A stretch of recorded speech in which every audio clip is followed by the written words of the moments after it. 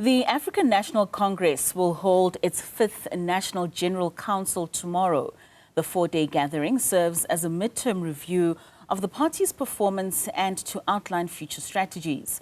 The meeting is anticipated to include accountability and stock-taking sessions focusing on the party's electoral decline. The National General Council serves as the party's highest decision-making structure between national conferences. Let's now discuss this huge task ahead of the party that's set to take place tomorrow with political analyst Sandile Swana. Sandile, thank you so much for your time and for joining us this morning. Perhaps maybe let's just outline some of those objectives of an NGC, particularly for a party such as the ANC, in respect of them having to renew and assess the implementation of resolutions that they've taken at previous conferences, such as possibly the NGC in 2022. Yes, thank you so much. I think in any event, a lot of those NGC resolutions affected two spheres of life, one being the state itself and the life of the government, two being the ANC itself and its renewal program. You will be aware that a lot of the wishes of the ANC actually have become law, whether you're talking Bella, you're talking the Expropriation Act, and so on. A lot of ANC policies are actually law in South Africa. However, when now you say you are doing a review, it means that really and truly you have to look at municipalities and say, have they fulfilled their constitutional mandate? What do the Auditor General's report say about our municipalities and the mayors in office, those who are put there by the ANC? Similarly, the provincial government, the various premiers, and the national government in terms of their ability to arrest long-term unemployment in South Africa and turn the GDP growth rate around so that it becomes positive and starts heading towards 5% GDP growth rate. For the time being, we know that the GDP growth rate is still below 1%, and we have no performance agreements with ministers, mayors, and premiers that we can refer to determine whether the ANC is performing. The branches in the Free State are still in tatters, in the Western Cape in tatters, KZN in tatters. So the renewal of the ANC itself, as you can see, even through the Matlanga Commission and the ad hoc committee in Parliament, is in disarray.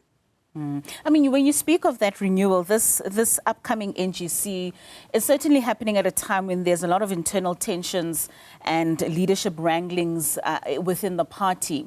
We heard from the party SG Mbalula and other senior leaders emphasizing unity within the party. But how sustainable is this narrative of unity when underlying tensions such as these allegations against senior members? You spoke about the Matlanga Commission and the potential leadership challenges that continue to simmer beneath the surface. There has been leadership challenges for a very long time in the ANC. And those leadership challenges became pronounced when they recalled Thabo Mbeki in 2008. And they've continued since. Disunity has been there, driven by corruption when they terminated UDM President General Bantu-Bonke Holomisa.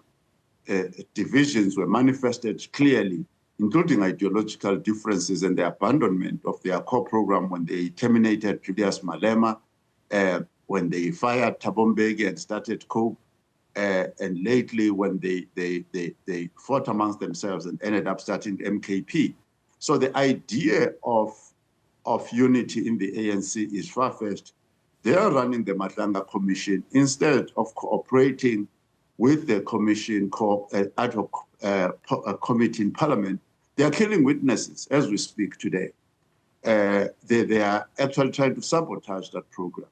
So to me, the idea of unity when we are still fighting seriously over resources is a joke. You say the idea of unity is far-fetched within the ANC. What does this ongoing internal strife actually reveal about the broader political culture within the party? Are these struggles a symptom of deeper issues of loyalty or even just of ideological divides? The only ideological divide that I know of was between the Youth League of the ANC, that group of Malema, Sandile Swana, Raymond Lamula, and so on, that sort of group, that then basically got fired from the ANC. Sandile Swana got killed. Lamula has been promoted and co-opted into the program. So, but the bulk of them are no longer in the ANC. That was the only one. Every other fight in the African National Congress, if you examine their own records and public pronouncements, is that they are competing among themselves for who can loot in the shortest amount of time, and also to clear the way. If somebody is standing in front of you and you can't reach the coffers and the treasuries and loot the state, then you kill that person or you move them out in some way that is usually uncouth and certainly not peaceful. So that is basically the core. We have no serious, there's no ideology in the ANC in the first place. Let's start there. And I think that is generally sure. There's no political theory, no ideology. So the thing that is left there is a street fight over the resources of the country, the national coffers, the farms, the lands that can be accessed through the ANC. So when you say there's no political theory, there's no ideology, in a scenario then where internal divisions remain unresolved or even potentially escalate, what do you think are the risks for the ANC's ability to implement reforms, fight corruption like we've been speaking with the Madlanga Commission, and also just address those pressing socio-economic issues that South Africans face on a day-to-day basis? We do not have to speculate about that. We know exactly what is going to happen because we have data. You look at the mess in the Free State. Very recently, they shut down and liquidated 7 municipalities in one meeting. Meantime, before that, the Gwede Mantashe, Kgalema Motlanthe and them led a team to go and renew the Free State. They removed whoever was in office and put in a new leadership. That leadership has been sidelined already, and municipalities are collapsing in the Free State, left, right, and center. There's no delivery. The president has visited there, president of the ANC and president of the country, visited there several times. There is no improvement. Poverty is increasing, is escalating, is out of control. In the Northwest, unemployment is around 54%. More than half of the population is unemployed. In KZN, they've been decimated. So the non-performance is consistent in the renewal of the organization. In the Western Cape, there's no renewal of any ANC. It's still chaotic. I am not aware of any single place where the ANC has renewed itself for the benefit of the general public. I mean, you speak of a lot of these failed municipalities, and we've seen over the years how coalitions have come to form. We've got the local government elections coming up. In the context of local government coalitions, how do these internal ANC tensions just influence the negotiations and the stability at municipal level, particularly in cities like Johannesburg and Tshwane and others where coalition politics are increasingly complex?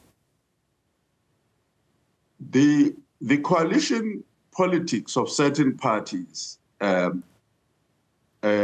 think at face value, I would say 90% ANC and then maybe the 10% divided between the DA and the IFP. So the first thing you need to know about that, the fight starts with who is going to be the mayor, who is going to be the ward council, who is going to be in the list for the city council. And that fight results in murder, in assassinations, and all sorts of unfortunate incidents. So you need to start there.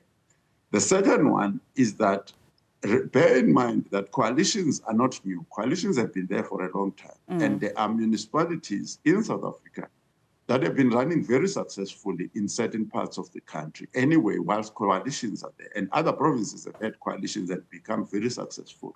So the problem is when the political gangsters and gangster politicians, because they are criminals. When we talk about a gangster politician, they're talking about somebody who's already a criminal, joining politics in order to pursue a criminal agenda of the mafia in politics and through a political party.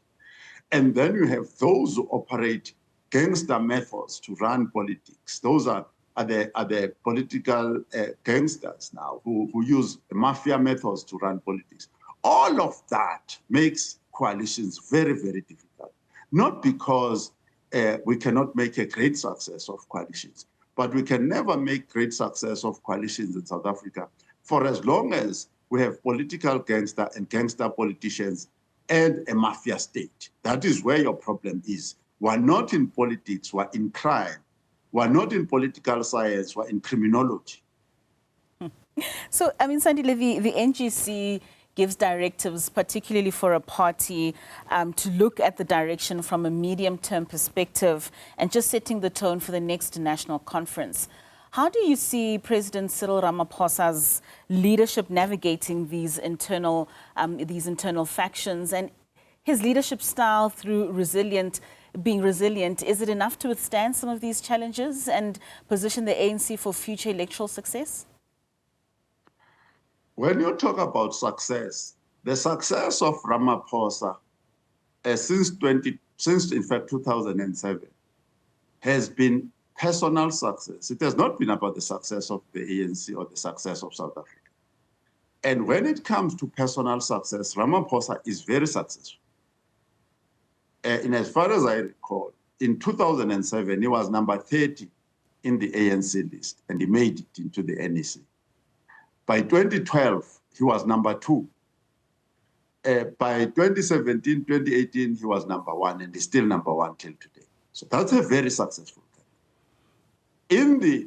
Since 2007, the ANC has been depleting. It has been becoming smaller and smaller, splitting into small splinter groups. Long-term unemployment has set new records. The GDP growth rate has set new records of failure. There's a failure in investment, a serious, significant failure. The GDP per capita, or the income per person, is still remaining at the levels of 2007 and before. It has not grown since 2007. So the nation has been failing rapidly and consistently under Ramaphosa. Whether he came in as deputy president or a member of the NEC or as the president, the failure has been unambiguous. But his star as a politician has been rising, whilst the overwhelming majority of South Africans are sinking into crime, sinking into poverty and unemployment, long-term unemployment. So even now, those who want to challenge Ramaphosa must ask themselves whether they've got enough financial firepower to dislodge white monopoly capital, which keeps Ramaphosa in power and sponsors him. All right, Sandile Swana, thank you so much for lending your voice ahead of that ANC NGC set to take place from tomorrow over the next 4 days this week.